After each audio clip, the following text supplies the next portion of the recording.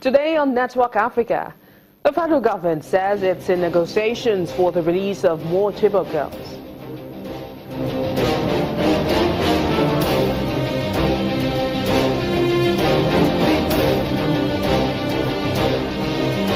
The High Kotokale prison in the Republic of Niger is attacked in an apparent bid to free militants.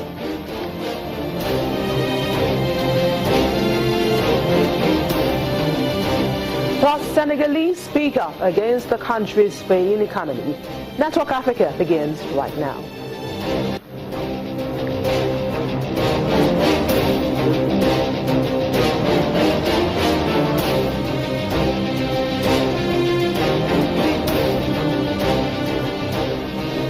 Glad you could join us this sunny afternoon here in Lagos. I am BC Adebayo. Let's check in on the stories that made headlines over the weekend. Ethiopia imposed curbs on its opposition, travel restrictions on diplomats, and a dusk-to-dawn curfew around major projects in new measures that followed the declaration of a 6-month nationwide state of emergency. The Prime Minister declared the state of emergency earlier this month, saying months of unrest threatened the Horn of Africa nation's stability. More than 500 people have been killed in protest in the Oromia region surrounding the capital Addis Ababa and other areas since last year, after anger over a development scheme for the capital sparked broader anti-government demonstrations over politics and human rights abuses. The UN's Food and Agriculture Organization called on countries to address the food and agriculture in their climate action plans and invest more in rural development.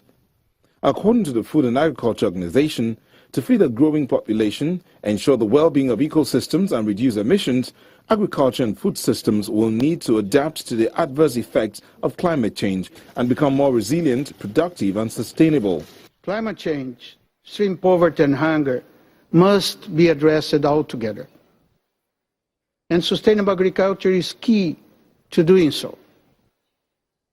Agricultural activities that are resilient and result in a sustainable management of natural resources can deliver the transformative change we so urgently need. The theme for the World Food Day 2016 resonates with the crucial time in which the day will be observed just before the next UN Climate Change Conference, COP22, from 7 to 18 November 2016 in Marrakesh, Morocco. While in Ghana, the temperature is getting high as the Ghana elections draw nearer, with the regular loud pre-election rallies and excitement back in town. But this year's election comes with a different dimension, as a little juice box is rapidly becoming the go-to symbol for Ghana's opposition leader ahead of the 7th December presidential polls. Supporters have taken to posting pictures of themselves drinking Calipo juice on Facebook and Twitter after a photo of the new Patriotic Party flag bearer Nana Akufo-Addo sipping the product, usually marketed for children, started doing the rounds. Anything that the presidential candidate of the new Patriotic Party touches, it resonates with the people. It is that same spirit that he's going to use to touch the economy of our country, for it to also be transformed in order to provide the needed jobs that the people want. So it is just a testimony of the changing times and the tiredness of our people against this government. So they are just trying to do something to cover up. Coming out with a calipo thing, everybody holding a calipo and all that. To me, it's not necessary. They were just trying to cover things up. And I don't think it will not help them. In the natural fact, it will not help. People need the message. They need what you, the flag bearer, you can do for the people, and not using a mere calipo for campaign. It will not with him anything. Akufo-Addo was Foreign Minister and Attorney General during the NPP's 8 years in power from 2001, a time when the country made significant strides economically and discovered oil. He lost elections in 2008 and in 2012, and senior party officials say this year's vote will be his last chance at power. The federal government has shown more commitment to the release of more of the schoolgirls abducted from the secondary school in Chibok town, Borno State. Presidential spokesman Garba Shehu says the government is willing to negotiate the release of 83 more of the girls. In a phone conversation with Reuters news agency, Mr. Shehu said the released 21 girls are supposed to be talebearers to the Nigerian government that this faction of Boko Haram has 83 more Chibok girls. The Islamic State allied splinter group said the rest of the kidnapped Chibok girls were with the part of Boko Haram under the control of figurehead Abubakar Shekau, according to him. Now, Boko Haram has split, with a big group moving from Shekau over his failure to adhere to guidance from Iraq and Syria-based Islamic State, which had in August named Musab al-Barnawi as its new leader. Shekau has dismissed the new leadership, claiming to still be the leader of Boko Haram in Nigeria. Despite isolated attacks by the Boko Haram militants, the Nigerian military has been carrying out offensive in the Sambisa forest, Boko Haram's main stronghold. I'm being joined now by security expert Dr. Ona Ekomu to talk more about this latest development. Thank you for joining us on the program. Thank you, madam. I appreciate it. Now, would it be right to say that negotiations for 83 more girls means progress? Well, yes, certainly. It is a good thing to have, because anytime someone is in captivity, there is a lot of pressure on getting those people free. Now, in case of these girls, they have been in captivity for well over 900 days, and it has become a worldwide problem and a very great embarrassment for the government and people of Nigeria.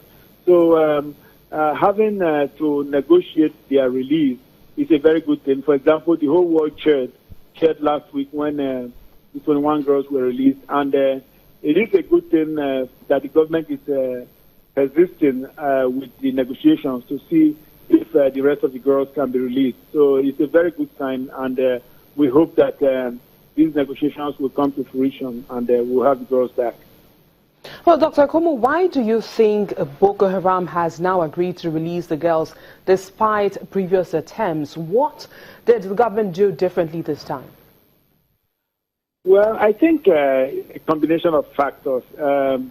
Number one, I think that Boko Haram, perhaps the novelty of having the girls around has worn off, and they have milked a lot of publicity and notoriety out of having those girls in custody. Now, secondly, I think they are short on cash. If, like you just said in your introduction, the military has been carrying out very successful attacks on Boko Haram, shrinking their real estate down to just Sambisa forest. So they don't have the capability to make cash like they used to. In the past, they could get cash from the fish sellers in Baga. They could raid banks at will and collect, break into bank vaults and get cash. They could kidnap people and extort cash from their relatives. But those opportunities have shrunk, and yet Boko Haram, they've not called up their insurgency. So they need cash to buy ordnance, they need cash to pay fighters, they need cash to pay suicide bombers, and so on and so forth. They need cash for the big guys in their group to travel and learn new methods. So I think the point here is they need resources which the federal government has, and they have resources, that is the girls, which the federal government needs. So there's there's kind of a meeting of needs here. Oh, of course, everyone is looking forward to the release of the girls, and we saw how the news of the 21 who were released, we saw how the news was received around the world, and of course the touching videos when they met with their parents. How can we keep hope alive for others who are still in captivity, and what is the message they need to hear from the nation at this point? Well, I think first the nation has to keep on praying for those girls. And we have to also pray for our negotiators and then the outside organizations that are helping us, who have denied that they are helping us, like the Swiss government and the ICRC. We have to pray that those efforts yield results, because it will create a huge expectations gap if this first set of 21 girls are released and then nothing happens subsequently. Now, the Minister of Information has assured us that negotiations are ongoing even as we speak on the matter of releasing the girls. Now, he has also said that people should not make reckless comments that might jeopardize the welfare of the girls. But I like to quickly also advise the government that it has to do better information management. You can't just say people shouldn't talk, because in nature abhors a vacuum. If there's a vacuum, then people will speculate anything. So what it is the government has to give us some kind of generalized information that makes sense, that will kind of assuage all the conspiracy theories and what have you that people have out there, and all the conjectures and all the kite flying that people are doing there, trying to fill in the gaps because there is no authoritative information coming from the government. Now, I'm not saying the government should release any secrets about, the negotiations, but certainly there are certain things that are generic and that can be in the public domain that can be released by way of clever information management, so that Nigerians, we are not all morons in this country. We are 180 million strong. So they should share with us. The government does not have monopoly of ideas, I'm sorry to say. All right, security expert Dr. Onai Komo, thanks for sharing your thoughts with us on Network Africa. Well, over now to South Sudan, where 56 people have been killed in fighting that erupted in the town of Malakal between government forces and rebels. The rebels had reportedly attacked government positions on Friday night, but the military held their ground. The rebels later said they had captured Lalo at the nearby location of Wajwak and had planned to seize Malakal. Reporters on the ground said they were able to get as far as Lalo, a camp near Lalo which saw as many as 15 bodies, a burnt building within the base, and bodies scattered in other positions. Soldiers said they were expecting another attack. The attacks on civilians at Jalhak Haram, these were fighters operating under the overall command of Jonathan Oloy. These are very clear things. The same thing in southern Ligi states.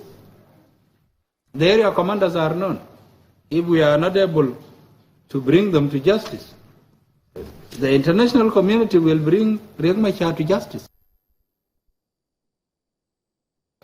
The wave of protests across Africa has landed in the West African country of Senegal. Hundreds of demonstrators have been out on the streets of the capital protesting against the country's high levels of unemployment.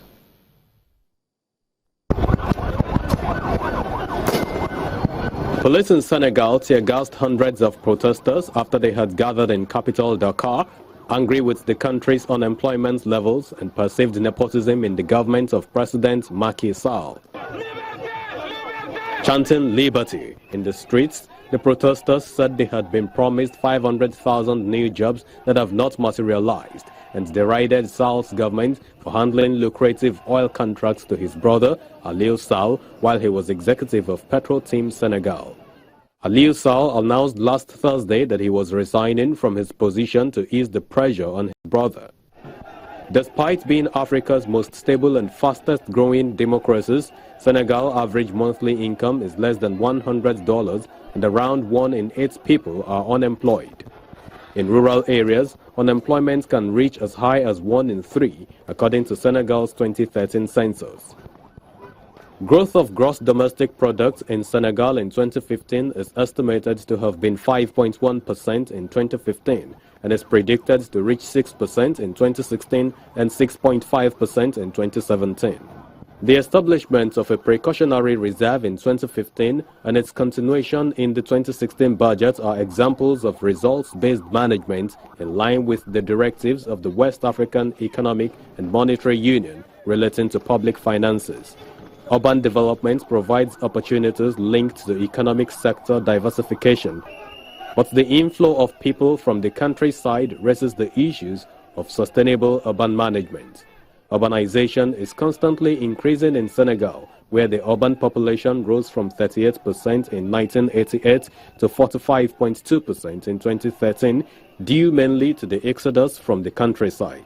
Urban development provides opportunities linked to economic sector diversification and to transport infrastructure development between the country's different regions.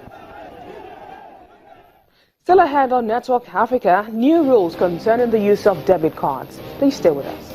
Sudan.